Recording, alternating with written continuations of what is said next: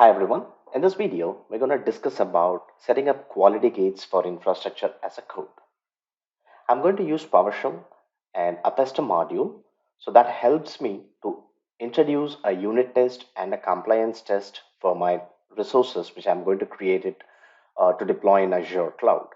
Right. So I've used Terraform as my infrastructure as a code and a Pester to do some kind of a basic testings, including security compliance or including some kind of a general test, which I can run it through the Terraform commands like a validate, Terraform linting, or Terraform tfsec, or whatever it is.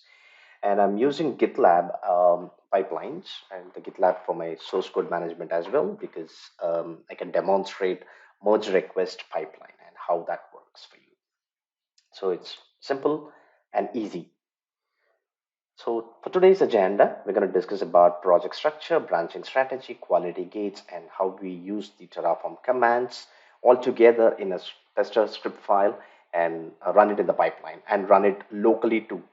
Let's see how that works. So this is my project structure. I've got the infrastructure folder, which has got all the Terraform configuration files. Along with it, you see a HCL file, so the HashiCorp language file. That's for the linting, where I have my plugins available, which will go enable the rule set, and it pulls the rule set from the GitHub. I'll show that code in short. And underneath the modules folder, I have nothing.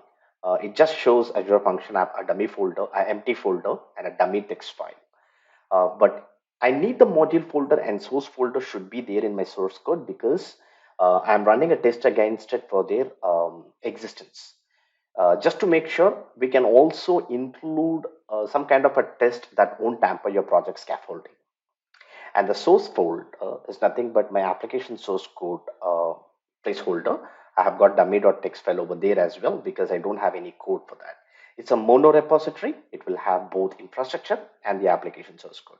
Consider you've got an AWS Lambda. You create a Lambda function and the code for the Lambda as well. Similarly, when you have for Azure Function app, you create a infrastructure template for Azure Function app, and also for Azure Functions, you can keep the code underneath source. You can choose your language as PowerShell, Python, Java, whatever of your choice. And the main important is the test file folder, sorry. So I've got two folders underneath it, compliance and unit. I can club up both and make use of it too. But there is a reason I want to keep in two different folders, because I give a compliance file will be managed by a set of people who works along with the security team to get some controls and add it over there, and only they can modify the file. If in case anyone else does it, it will go for an approval, and it will make sure that it's approved by the concerned code owner. So that's why I've added a code owners file here, which is another GitLab feature. So if I've included this file and with mentions of the name, only they can approve it. Only they can go ahead and do the approval for the changes done underneath the compliance or a unit folder. It's as simple as that. So that means any developer who's going to work on the feature branch and raise a merge request to the main branch, if they haven't tampered this file, it's well and good. If they have done it, it will go for a second level of approval. It's that simple. So what do we have in the compliance test file and in the unit test file? So that's what we are going to see it in our demonstration. And apart from this, I've got a YAML file. So this is our pipeline. I've defined my pipeline, GitLab pipeline. And invoke.test.ps1 is nothing but a script file which helps me to run both the unit and compliance test locally, and take a quick look before I raise a merge request, just for my sanity. Okay. And now the branching strategy, what we opt is a trunk based development. So all the green you see here is a main branch, and the one in yellow a feature branch, and one in red a hotfix. Of course, yes, it won't give you the clarity or how we do the release and how we do the tagging and how we manage it with the control gates or an approval gates. No, that's not scope of this demonstration. But in future, we will definitely come over there. We will show you how we are going to do the greenfield deployment, a brownfield deployment, and a redfield deployment using a trunk-based development. Okay, so for now, we're going to have one main branch or a master branch. We're going to cut a branch from that to work on the feature and push it back, raise a merge request and pull it across to the main branch. It's that simple. Okay. So when I had a discussion with the infrastructure team, and I got to know that they run a couple of commands, and they make sure that if it fails, the stage fails, and they don't proceed further from there. But I don't see a good clarity around it, or it didn't give me a user friendly or a developer friendly or infra developer friendly experience to understand what went wrong or how do I put some gates. So using these commands, I made the unit test and a compliance test as well. So let me quickly show you that. Before that, I'll walk through what these commands does. The format is internal Terraform command is used to format the code, just the indentation. So consider that you have multiple developers who push the code and you want to take a review on it. If it's not formatted, indented properly, it will be hard for one to go through and review it. So that's what exactly the format does. So init is to make sure that you have all the providers plugins are initialized. When this runs, it creates .terraform folder and it takes its own job over there. And also, like, I have got a lint which is nothing but a tf lint, an extension which I installed. So you can set up your own rule or you can follow the rules which is already defined in it. So for this we have got an .hcl file which I will show it in short. Okay. And you can go ahead and see the rules for the Azure or AWS or whatever it is. It's just another open source. Similar to the tflint, we have got tfsec, which will quickly give you the vulnerability results, like in case you are missing out encryptions, TLS versions for storage account, or HTTPS enablement for function app or an app services. So these kind of any recommendations as part of the security will be taken care by tfsec, and it will output us the details. And next comes the validation. So this is to make sure your syntax is correct, and or if you're missing out something like an which is definitely a validate can uh, consider as an error or as a warning or whatever it is. We can capture it and process the data. KICS is an open source tool. It comes with a CLI as well, which will be more helpful for you to keep your infrastructure code secure. You can explore that. I have not included in my demonstration. And like plan and apply. Plan is to generate the plan file, and apply is to deploy the resources into the cloud. It's that simple. Now, this is our merge request pipeline.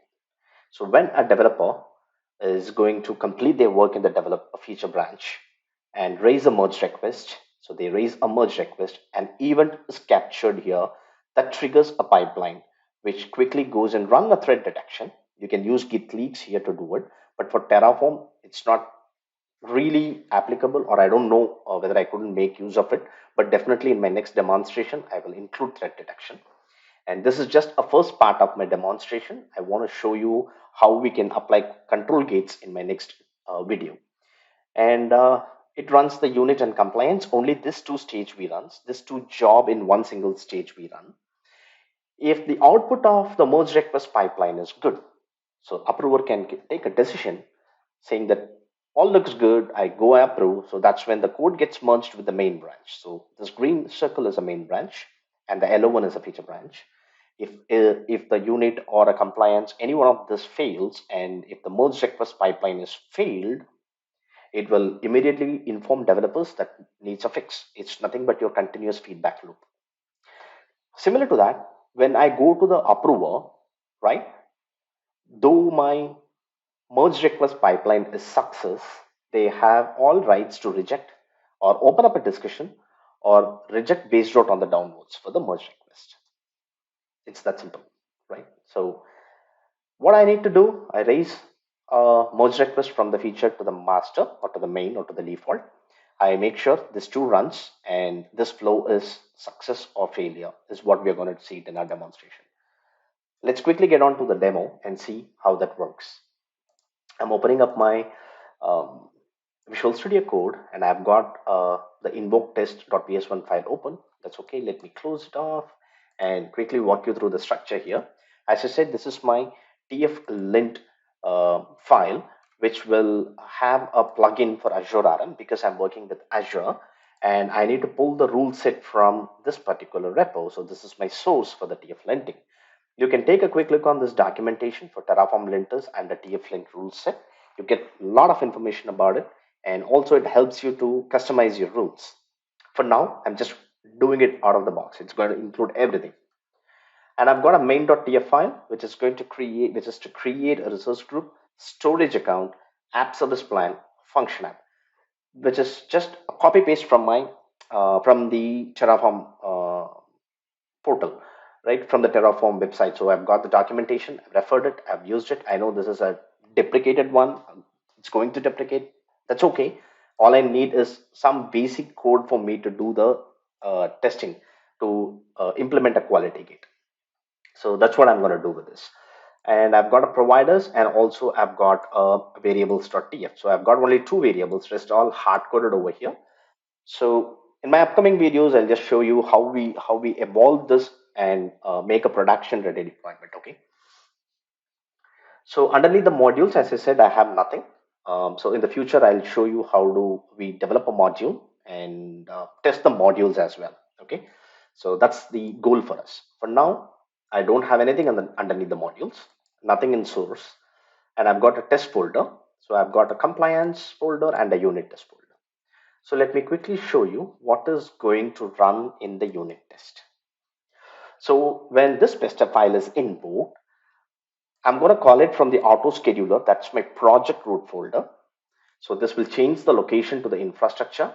So that's where my Terraform configuration files resides. And I run a Terraform init and then tflint init. So to make sure that I have the prerequisites in place so that I can run my lint command, validate command, and tfsig command. So when I do the tf validate, I can format and get the output as JSON, and I'm using the native PowerShell command convert from JSON so that I can store the JSON objects back in tf validate, and similarly to the lint and tfsig. So this is a native Terraform command, the validators. But the tflint and tfsig, you need to install the extension. I'll leave the GitHub link in the description. Please make use of it. So once I'm done, I've added this in the before all step block because it will execute before the describe, whatever underneath the describe block is. So I've got this objects tf validate, tflint, and security tfsec output. I'm going to make use of that in the describe block. So underneath the describe block, I have context. So I'm going to do the folder existence test. This is a string literal. You can name it as you like, and also you can go ahead and tag. As I said, you can combine this both compliance and unit. You can just differentiate it using a tag, and you can run it as per your requirement. But in my case, I'm segregating it because I need it that way so that I can give the task individually to the one or two group of people who can work on the unit test, and one or two who can work on the compliance part. Because it's going, when your infrastructure is getting bigger and bigger, you need to have a couple of people who focus on a chunk of or modules in your bigger code, right? So that will be easy for them to work on. And also when you troubleshoot, it will be easy for you to get onto the right file and work on it. When your unit test fails, you know where to go and fix it. Of course, you can do that in one file as well by searching it, but as I said, you can you can go ahead and work around your way. So you can plan it in the two different files, or a multiple files for unit test, multiple for compliance, or all in one. However, whatever you like, whatever your developer thinks it's comfortable for them. So in this two test, I'm just making sure that I have got modules and source folders in place. This is to prove that Pester is capable to give you some kind of test that won't tamper your project scaffolding. So if somebody is going to change something underneath this folder structure, you can capture that and make your test fail, so that will not proceed further to the next stage or next job. So here comes an important piece. So I'm going to validate my Terraform configuration. If my validate object Terraform valid is going to be false, test fails, and I go through all the properties underneath diagnostics to make sure the severity is not going to have an error. If it has error, it fails. If it has warning, it will pass through. Similarly, I'm doing it for the linting and for the tfsec. So I'm just redoing the same logic here. I'm just doing the for each and then getting into the severity, checking is if there is any warning. If it has warning, I'm okay with that. If it has error, I have a problem. So I need to break the test. And similarly, in the results, I always should get zero. So it be exactly zero. If I get a results object greater than one as output of the tfsec, which is nothing but my static code analysis for Terraform, that means something has gone bad and it throws me an error, and I know what to do next because it's my feedback. I'll be more happy if my merge request pipeline fails because I know what I need to fix in my code. And also, I look for some critical bugs as part of the tfsec output. Okay, so I just loop through and get onto the severity property to see if I have got any critical errors. Let me quickly run this unit test. So for that, I have got a script file ready. Unit. So I can pass in the parameter, either I can run unit or I can run compliance. So for now, I'm going to run the unit test. So while this is running, I'll go to the invoke test and show you how I've built the script. So I've got a validate set. This parameter accepts unit or compliance. Well and good. So if it is unit, it will set the container accordingly and it will give me the information. It says that, okay, it runs any PS1 file underneath the unit folder. And over here in compliance, it targets the compliance folder and then runs all the PS1 test files underneath that. That's it. So the Pester configuration commandlet is to make sure you expose to the advanced configurations. So I've done very basic, like I'm getting the code coverage, I'm putting it to false. The output format is Jacoco. And I want to make sure my output format is NUnit XML because I take the XML format here and then my pipeline, I use it an artifact. So I publish the test results. I'll open up the pipeline file. Before that, now I need to see what went wrong in my unit testing. So I see some critical error here. So what does that exactly mean? Yeah, this text is a bit clumsy. I don't know. Yeah, I can read it. I understand there is an error in line number 47 in my unit test. So let me go to the line number 47. Okay, over here I don't see the line numbers. That's okay. But what is the critical test here? So I got some bug. What is that bug actually is? Don't worry, I have a way for you to read that error message. Let me quickly go ahead and copy this tfsec and go back here, navigate to infrastructure folder, execute the snippet, access this variable, and this gives me the results object. Now I have a readable format. It says ensure the function app can only be accessed via HTTPS and the default is false. Let me go to my main.tf file. Here we go. In my function app, I'm not enabling HTTPS. I've commented it out. So by default, the HTTPS only will be set to false, and this is not a mandatory parameter in the resource function app. So what I do is I uncomment this. So now that I have set HTTPS only to true. So this is the only test which got failed. So that means I've got two failures here. Why? Because I will be getting a results count greater than one, and also I get one severity error here. That's a critical error. Okay, so as I said, in my invoke test.ps1, we are using report unit.exe to pass the XML file and read it as HTML, right? So let's see the HTML output. Invoke item. So I've got test results.html. If I open this up, all right, so sorry, this is not underneath infrastructure, it's underneath auto scheduler. Excellent. So let me click on failed. So I see the failed results here. Let me scroll down all the way down so I can see the results here. That's good. The tfsec results. This gives me some more information, right? So that's good. Now let me close this. Okay, now I know that I have fixed that error because the count is, I'm expecting 0, but I got 1. And over here, I don't want to have critical. I got a critical. Okay. So let me close this one off. Now I have fixed it, and what I have fixed, I go to the main and I've uncommented it. So HTTPS only is set to true. Now I run this test case again. I'm running the unit test case again because I have made the changes for the unit test. It is good now that I've got all my 8 test case passed. So let me go to my unit test file and see how many test cases I've got. I've got 2 over here and 2 in linting. So security has got 2, linting has got 2, validate has got 2, and the folder structure has got 2. So altogether 8 test cases. Excellent. My unit test is good. Now I go to my compliance test. So in my compliance test, I've got only 2.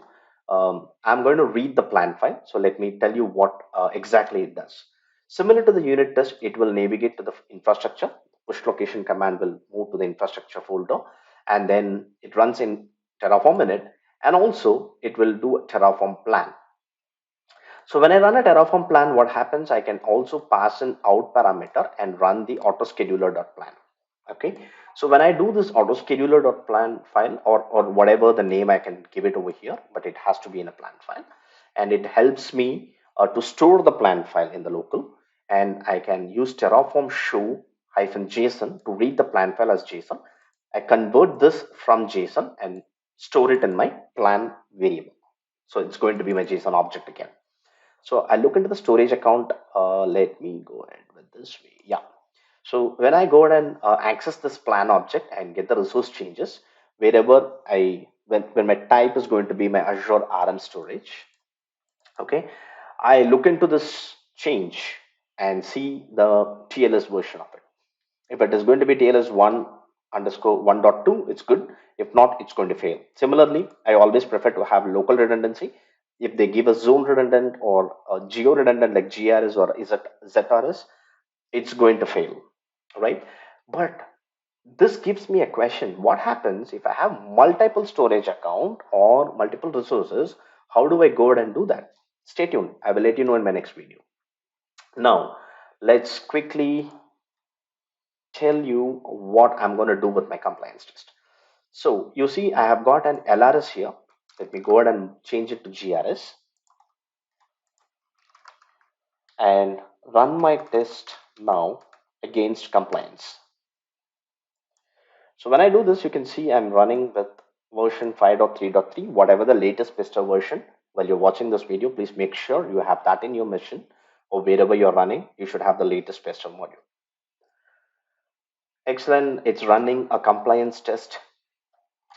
Meanwhile, what I do is, let me quickly go to the compliance test and show you. It failed.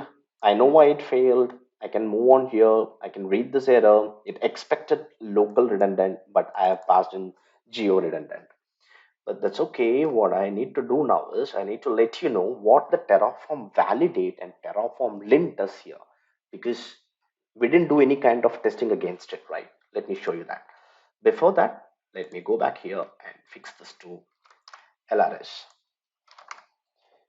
Yeah, similar to the unit test HTML file, we also get a HTML file for the compliance test.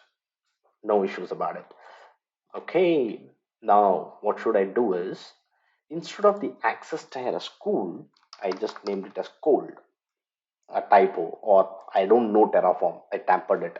Let's see what it does. So now I go ahead and run the unit test. In my pipeline, I'm going to run both. But while I'm developing in my local machine, I just want to run unit test and then move on to the compliance, or compliance and then to unit test, whatever makes me or makes developer comfortable. So now I'm running it against the unit test because that's where I'm running the validation, linting, and TFSec. In the compliance, I'm running a plan. I'm running the test against the plan file. Okay, so awesome.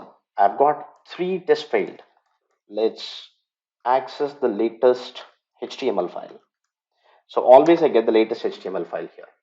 So I've got 5, I've got 2 test files here. That doesn't make a difference. I mean, I want to investigate that. My test validation failed here. That is good. Why it failed? Because While validating, it identified I didn't have a proper value for access tier. So the TF for each, I've got an error because I accept only warning, but now I've got an error. And similar to that, you can see the error message here. Expected was warning, but I got an error. It's really super handy for me. I can get a continuous feedback loop and fix the error before I raise a merge request. So now that what I do is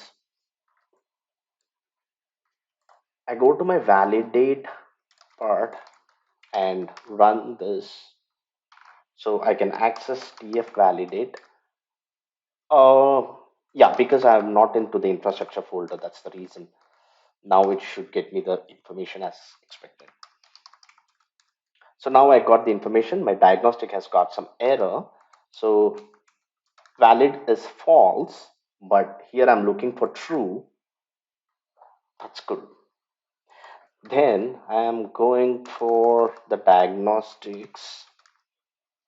When I move on to the diagnostics, I've got an error and a warning. So this is definitely excluded because warning is accepted, but I got one error. What that means? That means, see here, expected access tier to be one of cool or hot got cold. So it's that easy. So now let me quickly go ahead and fix this one. Uh, all right. So now let me move on to my code. I don't have any merge request, open merge request. So I've done a couple of changes here. I'm 100% sure that both of my test cases is good now, right? Let's quickly take a look on that. I'm running the unit test. It should be good. The test results is passed. So in my pipeline, I have a condition for that. Similarly, I run a compliance. While this is running, let me quickly open up my pipeline file and show you what I have done in it. I've got one single stage called gates, and I've got two jobs. One is for unit and one is for compliance. And I'm running it in my private runner. That's mean it's running in the local box. So I'm running the script. So the result object, which you see over here, if this is passed, it will pass through. If it has failed, it will break the build and say this job is failed and it won't move on to the next. So that's what exactly it does. So in my case, I see both my compliance is passed and my unit is passed. So I'm happy to go ahead and commit this code, right? So dry run test for unit and compliance, and I commit and push. Of course, I need to pass in my username and password because it's a new mission. I have not stored it in my credential manager. I need a password for this. Let me quickly open up my CACD variable and I copy the access token back over here so that I can commit it. What happens now? I go to my code, I go to my merge request. I've got a new push for my feature branch just now. I can create a merge request. Until that point of time, the pipeline won't run.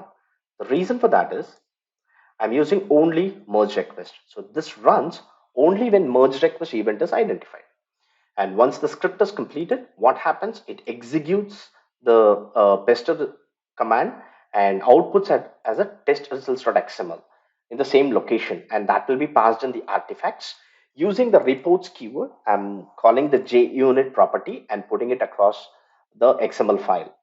So I don't want to use report.exe report generator explicitly to publish this test result. GitLab is going to take care of it. Let me show you how that works. Back here, click on the create merge request. So I'm leaving the title as it is. I don't want to delete the source branch. Click on create merge request. Now sit back, relax. It's going to run the merge request pipeline until that point of time your merge is blocked. So you can't unblock it, or you can't do anything until this is going to run the test cases. So if I open up this merge request pipeline, this is going to run against the last commit I have done. So it's running the unit test. Let's see how this works. We can order it, and we can also make sure what is dependent on what. We can do that, but I have not done it now. So when I open up my unit test cases, you can see this is passed. This is all good. So let me go to my pipeline and see the status. Now the compliance test is still running.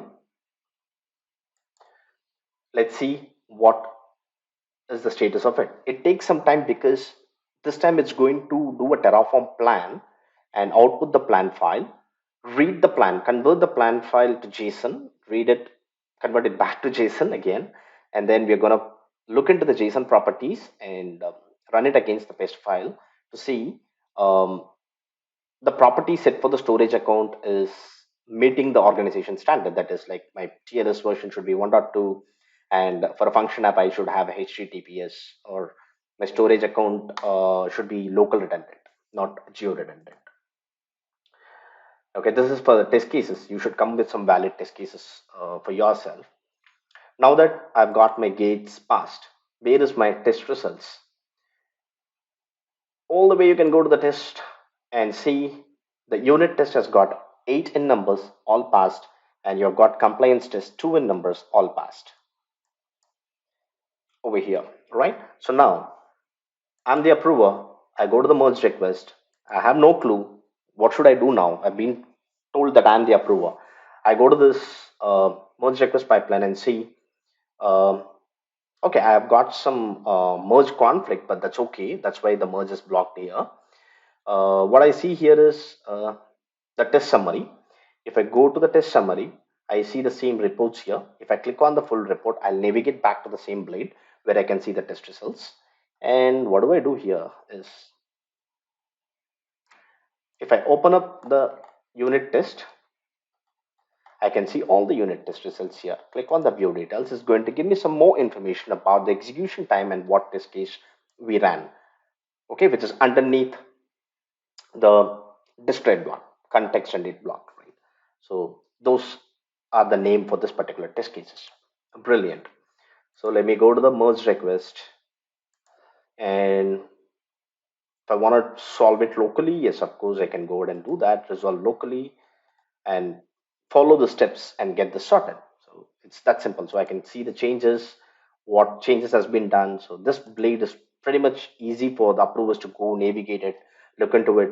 If they want to solve the merge conflict, everything they can do it here. So if I merge here, nothing is going to happen. It's going to move the code from feature to the master, and there is no actions once the merge is completed, because I need to focus on other tasks, like how I'm going to deploy it in the lower environment, and how I'm going to do it in production environment with control gates. And also I need to have a production ready pipeline.